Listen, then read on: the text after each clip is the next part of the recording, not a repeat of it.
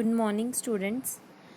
In this video, we will start our next chapter, third chapter. The name of the chapter is electrochemistry. ठीक है. सो सबसे पहले आपके पास एक रिएक्शंस हमने स्टार्टिंग में बिगनिंग में पढ़ी थी.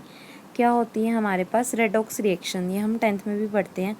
रेडॉक्स रिएक्शन वैसी रिएक्शंस होती हैं जिनमें ऑक्सीडेशन एंड रिडक्शन दोनों रिएक्शन साइमल्टेनियसली होती है.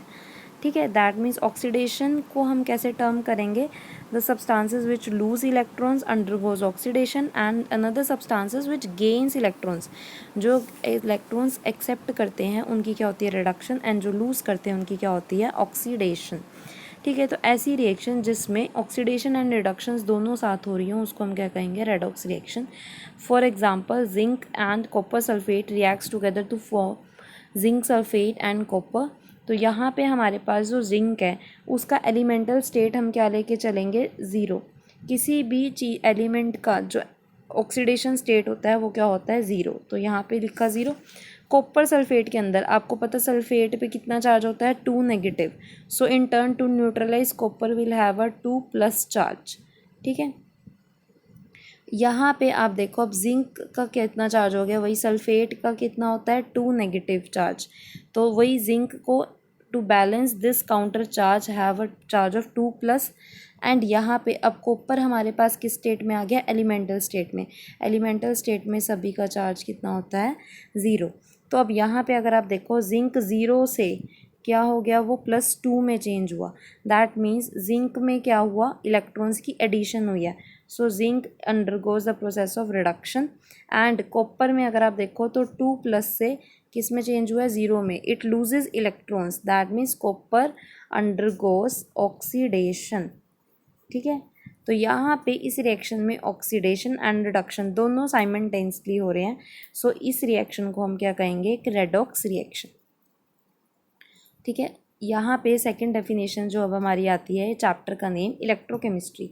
Electrochemistry is defined as the branch of chemistry which deals with the relation between electrical energy and chemical changes taking place in redox reaction. अब जो ये रेडॉक्स रिएक्शन हो रही है इसमें इलेक्ट्रिकल एनर्जी और इसमें जो केमिकल चेंज हो रहा है उसके बीच में क्या रिलेशनशिप है. ये साइंस की ब्रांच, ये केमिस्ट्री की ब्रांच की स्टडी को हम क्या कहते हैं electrochemistry. That means electro means electricity and chemistry means chemical changes. दोनों के बीच में क्या इंटरलिंक्ड है. ठीक है.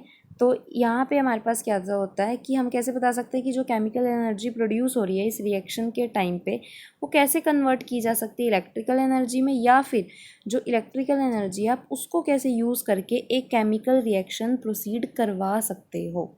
ठीक है.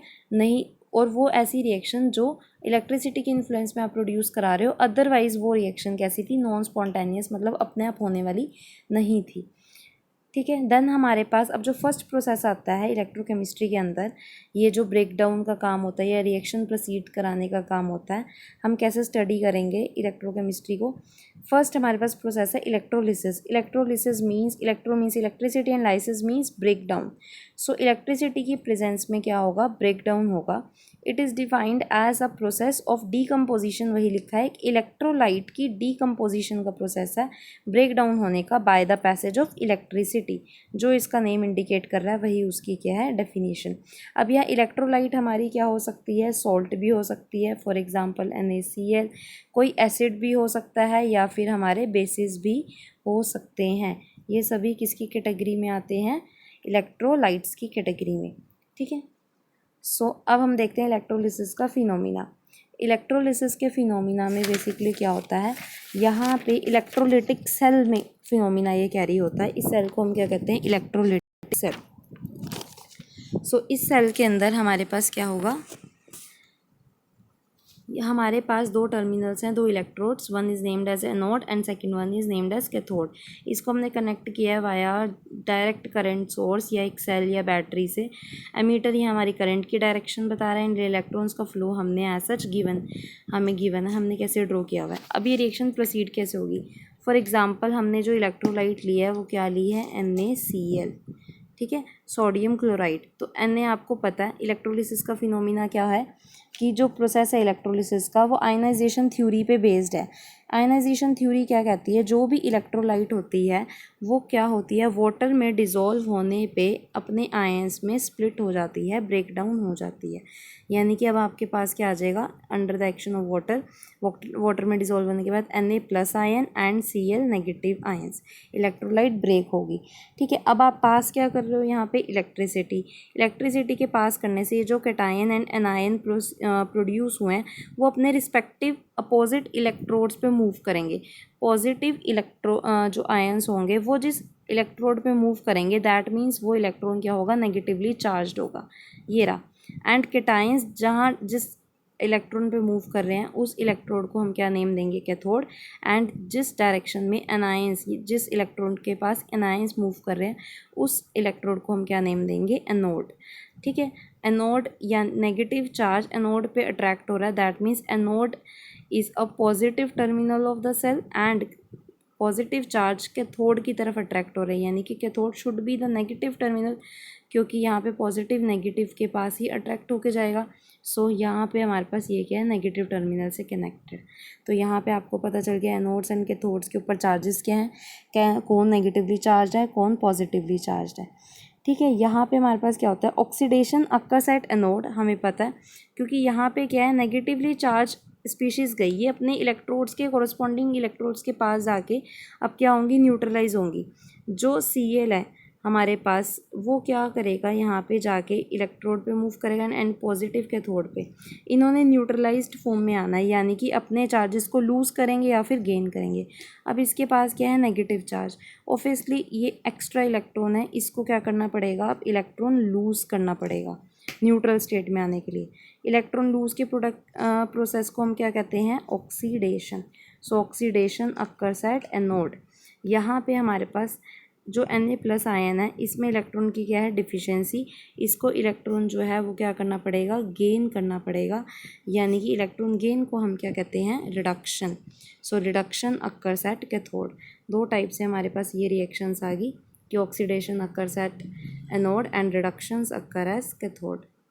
ठीक है, अब हमारे पास यही है changes, the conversion of ions into neutral species at their respective electrodes is called the primary change. अब वो अपने इलेक्ट्रोड्स के पास जाएंगे तो उनको हम क्या कहेंगे, और अपने आप को न्यूट्रल फॉर्म में लेके आएंगे। अब the product form as a result of primary change may be collected as such, या फिर इट में अंडरगो सेकेंडरी चेंज भी हो सकता है। अब वो हम एग्जाम्पल से स्टडी करते हैं कि न्यूट्रल फॉर्म में कैसे आएंगी, रिएक्शंस पढ़ते हैं इनकी। यहाँ पे जैसे एग्जांपल इसका पूरा एज इट इज़ गिवन है, NaCl लिक्विड फॉर्म में सबसे पहले किस में ब्रेक हुआ, Na+ एंड Cl नेगेटिव में, जब हमने इसको डिज़ोल्व कराया वाटर में। ठीक है, अपने आयंस में ब्रेक होने के बाद आपको पता है Na+ आयन जो पॉजिटिव है वो कहाँ जाएंगे, cations move towards cathode and anions move towards anode पे जाएंगे। ठीक है, उसके बाद यहाँ पे Na positive ion pick 1 electron from the cathode, ये अपने आप को न्यूट्रलाइज करेंगे, कैथोड पे जाके क्या हो रही थी, रिडक्शन, ये एक इलेक्ट्रॉन कैथोड से एक्सेप्ट करेगा, गेन करेगा एंड न्यूट्रल एटम बन जाएगा। यहाँ पे आप देख सकते हो एट कैथोड Na पॉजिटिव गया जब कैथोड के पास, उसने वहाँ से एक इलेक्ट्रॉन लिया उस इलेक्ट्रोड से एंड एक्सेप्ट किया वो इलेक्ट्रॉन एंड अपने न्यूट्रल एटम में कन्वर्ट हो गया। सो प्रोसेस कौन सा है, रिडक्शन, एंड चेंज कौन सा है, ये प्राइमरी चेंज, अपने न्यूट्रल एटम में कन्वर्ट होना। सेकंड, एट एनोड पे क्या हो रहा है, Cl नेगेटिव आयन ने अपना इलेक्ट्रॉन, एक्स्ट्रा इलेक्ट्रॉन वो इलेक्ट्रोड पे लूज़ करेगा और उस इलेक्ट्रोड पे क्या हो रही है हमारी, रिडक्शन। पॉजिटिव, वैसे भी पॉजिटिव इलेक्ट्रोड है, वो क्या करेगा, इलेक्ट्रॉन गेन कर लेगा, और ये इलेक्ट्रोड नेगेटिव था तो इन्हें इलेक्ट्रॉन प्रोवाइड किया। ठीक है, अब यहाँ पे हमारे पास क्या हो रही है, ऑक्सीडेशन, ये भी क्या है, एक प्राइमरी चेंज। बट आपको पता है क्लोरीन जो है वो सिंपली अनबैलेंस्ड होता है, क्योंकि उसका एक इलेक्ट्रॉन ओड रहता है, 17 इलेक्ट्रॉन, लास्ट में 7 इलेक्ट्रॉन। तो यहाँ पे ओड इलेक्ट्रॉन, दो क्लोरीन एटम्स आपस में कंबाइन होकर Cl2 की फॉर्म में एग्जिस्ट करते हैं, गैस जो कि एस्केप आउट होने की कैपेसिटी रखती है। So it is the secondary change. जब कुछ एलिमेंट्स एज सच एग्जिस्ट नहीं कर सकते तो वो आपस में कंबाइन होकर गैसेस की फॉर्म में एस्केप करते हैं या डायटोमिक फॉर्म में आ जाते हैं। इन चेंजेस को हम क्या कहेंगे, secondary change. So overall reaction आप क्या करोगे, इनको एडअप, Na पॉजिटिव एंड यहाँ पे 2 Cl नेगेटिव्स हैं। ठीक है, पहले आप सिंपल लिखोगे Na+ Cl negative and electrolysis पे आपके पास क्या हो रही है, ये न्यूट्रल एटम में सोडियम एंड Cl2 की कन्वर्जन। देन आप यहाँ पे इसकी बैलेंसिंग करोगे। ऑन द होल ये रिएक्शन कैसे थी, हम क्या लेके चले थे, NaCl एंड हमारे पास ये जो हमने प्रोडक्ट्स लिखे। सो जो मेटल ऑबिटेन होगा कैथोड पे, वो आपके पास क्या है, सोडियम, एंड वो किस फॉर्म में ऑबिटेन होगा, मोल्टन स्टेट में ही। एनोड पे आपकी क्लोरीन गैस आपको मिलेगी। ठीक है, सो ये था हमारा basics of all electrolysis and electrochemistry.